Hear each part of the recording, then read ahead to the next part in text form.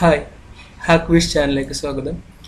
ഇന്ന് നമ്മൾ നോക്കാൻ പോകുന്നത് ഡിനയൽ ഓഫ് സർവീസ് അറ്റാക്ക് അല്ലെങ്കിൽ ഒരു ഫ്ലഡ് അറ്റാക്ക്. ഇതിലൂടെ ക്ലിയർ ആക്കി പറഞ്ഞു കഴിഞ്ഞാൽ ഒരു വെബ്സൈറ്റ് നമുക്ക് എങ്ങനെ ഡിനേ ചെയ്യാം അല്ലെങ്കിൽ ആ വെബ്സൈറ്റിനെ എങ്ങനെ സ്ലോ ചെയ്യാം എന്നുള്ളൊരു മെത്തേഡാണ് നമ്മൾ നോക്കാൻ പോകുന്നത്. 2-3 തരത്തിൽ നമുക്കിത് ഈ അറ്റാക്ക് പെർഫോം ചെയ്യാനായിട്ട് പറ്റും.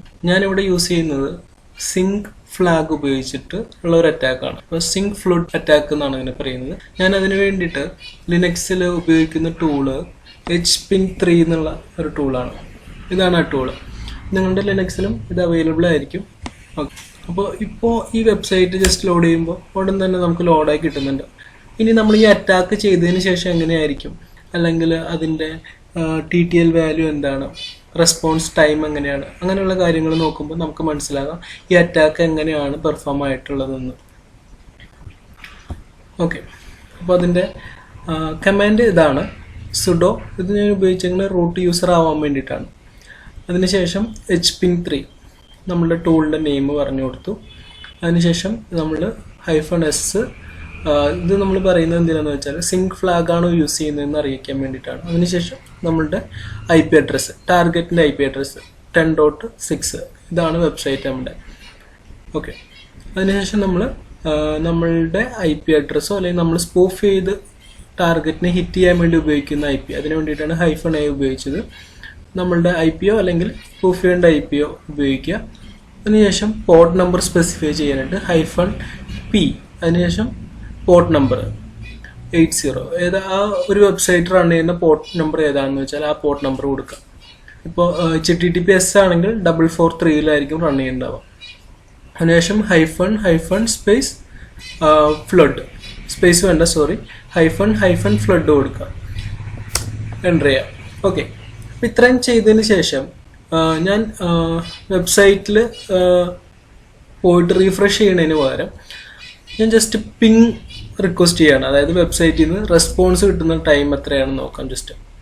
ഇപ്പോൾ ടൈം പീരീഡ് നോക്കിയാൽ ഏകദേശം 300 മില്ലി സെക്കൻഡ് ആണ്. 300 എബോ, ഒരു 400 റേഞ്ചിലുള്ള മില്ലി സെക്കൻഡ് ആണ് റെസ്പോൺസ് കിട്ടുന്നത്. ഓക്കെ, അപ്പോൾ അതായത് ഈ ഒരു വെബ്സൈറ്റ് ലോഡ് ചെയ്ത് വരാൻ അത്രയും സമയം എടുക്കുന്നുണ്ട് എന്നാണ് പറയുന്നത്. ഓക്കെ, ഇനി ഞാൻ ഈ അറ്റാക്കൊന്നും ഇപ്പോൾ ഓൾറെഡി റണ്ണിങ്ങിലാണ്. ഞാനത് സ്റ്റോപ്പ് ചെയ്യുന്നു.